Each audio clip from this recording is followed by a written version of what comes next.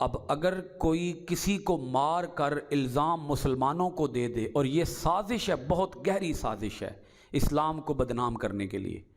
سیال کوٹ کے اندر جو واقعہ پیش آیا، سری لنکن آدمی کو، ایک فیکٹری کے مینیجر کو، اس کے اوپر گستاخی کا الزام لگا کر اسے قتل کیا گیا، پھر اس کی ڈیڈ باڈی کو آگ لگائی گئی، اور یہ ویڈیو پوری دنیا کو دکھائی گئی۔ اس سے امیج خراب کیا گیا، بھلا کس کس کا؟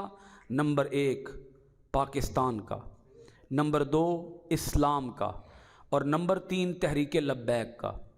امیج خراب کرنے کی کوشش کی گئی۔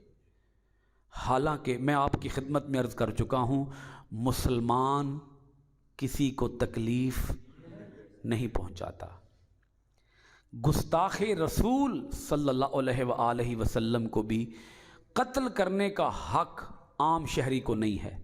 پہلا فرض یہ ہے کہ مقدمہ درج کرایا جائے، اس کے خلاف FIR کٹوائی جائے، پھر مقدمہ عدالت میں چلے اور عدالت اس کو قتل کرے، عدالت اس کو پھانسی دے، اس گستاخ رسول کو۔ اگر عام شہری قانون کو اپنے ہاتھ میں لے لے گا تو اس سے تو جنگل کا قانون پھیل جائے گا ہر طرف، جس کی لاٹھی اس کی بھینس۔ اب دیکھیں نا، اگر کسی آدمی کو کسی آدمی کے ساتھ کوئی ذاتی رنجش ہو، کوئی ذاتی اناد ہو، کوئی ذاتی دشمنی ہو، تو بڑا آسان سا کام ہے، گستاخی رسول کا الزام عائد کرو اس کے اوپر، اور پورے شہر کو اٹھا دو اس کے خلاف اور اسے قتل کروا دو۔ جب پورا شہر ملوث ہوگا تو مقدمہ کس پہ بنے گا جی؟ تو بڑا آسان سا کام ہے۔ تو اس لیے میں آپ کی خدمت میں عرض کروں گا، اسلام بربریت کا دین نہیں ہے، اسلام وحشیوں کا دین نہیں ہے، اسلام درندوں کا دین نہیں ہے، اسلام دین امن ہے، اسلام دین سلامتی ہے۔ اور اگر میں مسلمان کی ایک تعریف آپ کی خدمت میں رکھوں تو وہ یہ ہے کہ مسلمان وہ ہوگا جس کی زبان سے بھی کسی کو تکلیف نہ پہنچے، جس کی ہاتھ سے تکلیف پہنچنا تو بڑی دور کی بات ہے، اس زبان سے بھی کسی کو تکلیف نہ پہنچے۔ یہ تعریف وہ ہے جو خود رسول اکرم صلی اللہ علیہ وآلہ وسلم نے مسلمان کی ارشاد فرمائی ہے۔ کیا تعریف فرمائی؟ المسلم من سلم المسلمون من لسانہ و یدہ۔ مسلمان وہ ہے جس کی زبان اور جس کے ہاتھ سے دوسرے تمام مسلمان محفوظ رہیں۔ مسلمان کون ہے جی؟ جس کی زبان سے اور جس کے ہاتھ سے باقی تمام مسلمان کیا رہیں؟ یعنی اس کی نہ زبان سے کسی کو تکلیف پہنچے اور نہ اس کے ہاتھ سے کسی کو تکلیف پہنچے۔ اب یہ تعریف آپ کے ذہن میں بیٹھ گئی ہوگی۔ ایک دوسری اور تعریف سنیے گا، وہ بھی حدیث پاک ہے، اور جو دوسری حدیث پاک آپ کی خدمت میں پیش کرنے لگا ہوں، اس کے اندر رسول پاک صلی اللہ علیہ وآلہ وسلم نے مسلمون کی جگہ پر الناس کا لفظ استعمال فرمایا ہے۔ المسلم من سلم الناس من لسانہ و یدہ۔ مسلمان وہ ہے جس کی زبان سے اور جس کے ہاتھ سے باقی تمام انسان محفوظ رہیں۔ کیا فرق ہے ان دونوں میں؟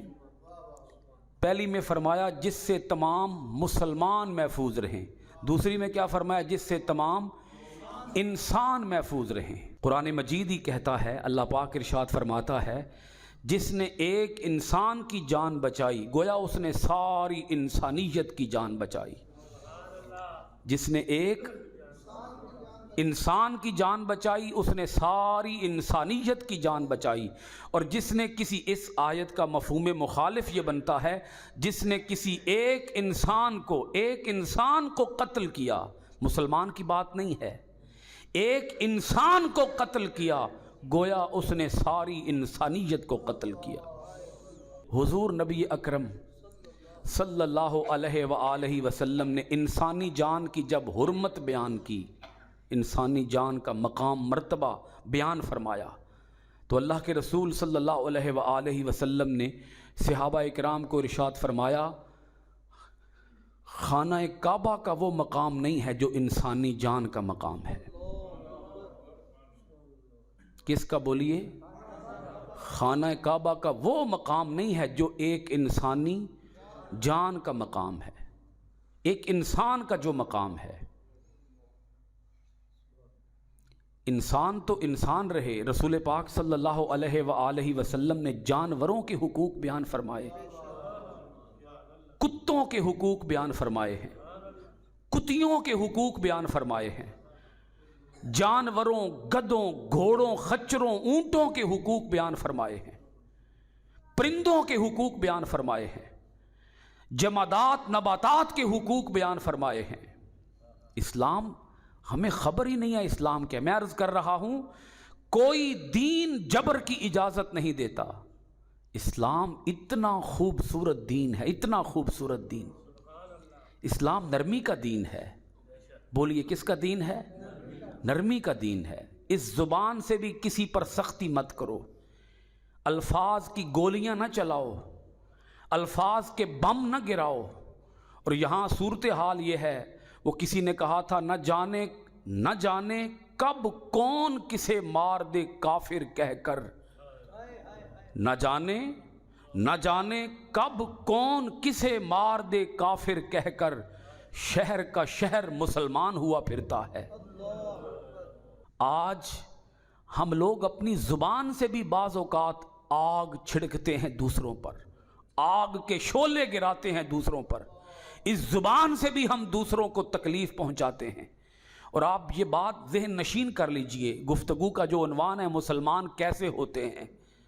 مسلمان کسی کو نقصان نہیں پہنچا سکتا، مسلمان کسی کو دھوکہ نہیں دیتا۔ رسول پاک صلی اللہ علیہ وآلہ وسلم نے ارشاد فرمایا، جس مسلمان نے کسی غیر مسلم کا بلا وجہ قتل کیا، اللہ کے رسول فرماتے ہیں اس مسلمان کے خلاف، حضور فرماتے ہیں مقدمہ اللہ کے دربار میں میں محمد خود لڑوں گا۔ مسلمان کے خلاف، اس غیر مسلم کے حق میں، اس کی سپورٹ میں، جس کو قتل کیا گیا ہو بلا وجہ، حضور فرماتے ہیں میں اس غیر مسلم کے ساتھ کھڑا ہوں گا، مسلمان کے ساتھ کھڑا نہیں ہوں گا۔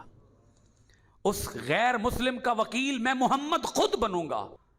ایک اہم بات کہ اگر کسی غیر مسلم کو قتل کر دیا جائے جنگ کے دوران، ویسے تو پرمیشن نہیں ہے، جنگ کے دوران کسی غیر مسلم کو قتل کر دیا جائے، اس کی ڈیڈ باڈی ہے۔ جاہلیت کے زمانے میں ایسا ہوتا رہا، لاش کی بے حرمتی کی جاتی تھی انتقام کی آگ کو ٹھنڈا کرنے کے لیے۔ لاش کی بے حرمتی کیسے ہوتی تھی؟ اس کے یعنی لاش کے کان کاٹتے، اس کا ناک کاٹتے، اس کا سینہ چاک کرتے۔ یہ ہوتا رہا جیسا کہ حضور علیہ الصلوۃ والسلام کے سگے چچا حضرت امیر حمزہ رضی اللہ تعالی عنہ، آپ کے کلیجے کو نکال کے چبایا اس ہندہ نامی عورت نے جو بعد میں مسلمان ہو گئی تھی۔ اس نے نکال کے چبایا کلیجے کو اپنے دانتوں کے نیچے، اس نے ناک کاٹے، اس نے کان کاٹے، اس نے ناک کاٹا، مسلح کیا، اسے کہتے ہیں مسلح کرنا، لاش کی بے حرمتی کرنا۔ رسول پاک صلی اللہ علیہ وآلہ وسلم فرماتے ہیں خبردار، مسلمان کو یہ حق نہیں پہنچتا کہ وہ کافر کی لاش کی بے حرمتی کرے۔ کافر کی لاش کی، خبردار، کافر کی لاش کی بے حرمتی نہ کرنا۔ گڑھا کھودنا، اس کے اندر مٹی ڈال دینا، اس کے اوپر مٹی ڈال دینا۔ لاش کی بے حرمتی نہیں کر سکتے، لاش کو آگ نہیں لگا سکتے۔ یہ کس لاش کی بات ہو رہی ہے؟ جس کو قتل کیا گیا ہے کہاں؟ جنگ کے میدان میں۔ یہ اس لاش کی بات ہو رہی ہے۔ ہم بحیثیت ایک عام شہری کسی کو قتل کر ہی نہیں سکتے۔ قتل کرنا کس کا کام ہے؟ ریاست کا کام ہے، عدالت کا کام ہے۔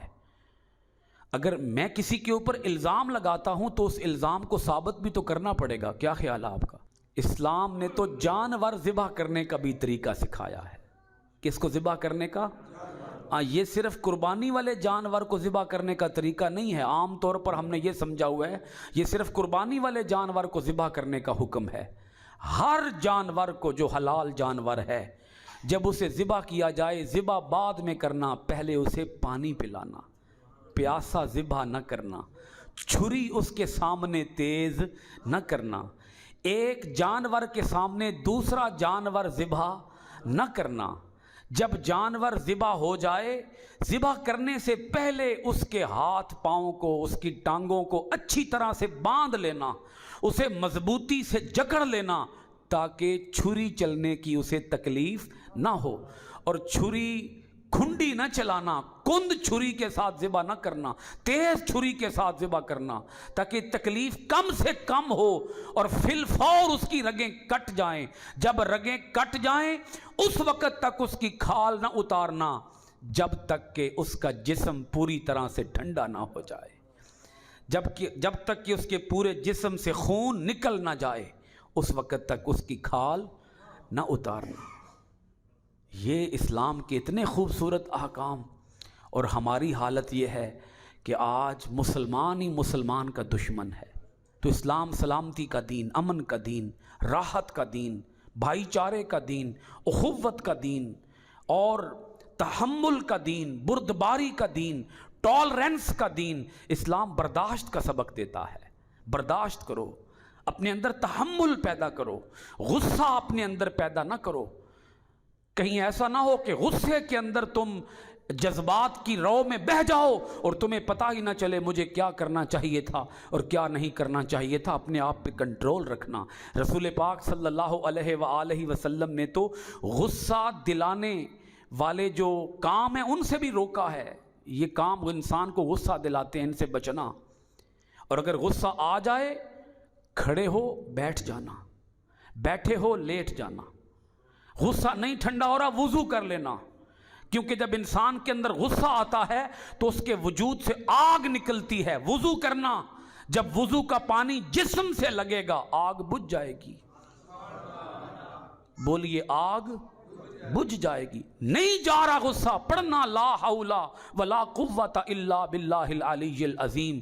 غصہ نہیں جا رہا، پڑھنا اعوذ باللہ من الشیطان الرجیم۔ اور نبی کریم علیہ الصلوۃ والسلام نے جو پوری دنیا کے اندر اسلام پھیلایا، تلوار سے نہیں پھیلایا، اپنے کردار سے پھیلایا ہے۔ بولیے کس سے پھیلایا ہے؟ اپنے کردار سے، اپنے رویے سے، اپنے حسن اخلاق سے۔ حضور نے کچھ ان کے خلق نے کر لی، کچھ ان کے پیار نے کر لی، مسخر اس طرح دنیا شہ ابرار نے کر لی۔